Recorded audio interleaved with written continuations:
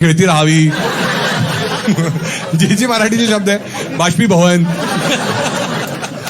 एकदा टाळा. मला एक किस्सा सांगायचा होता. किस्सा सांगायचा आहे. ओ हा सॉरी मी म्हणजे ना जे एवढा वेळ विचारत राहिलो काहीतरी निघेल घासत राहिलो होता चिराग.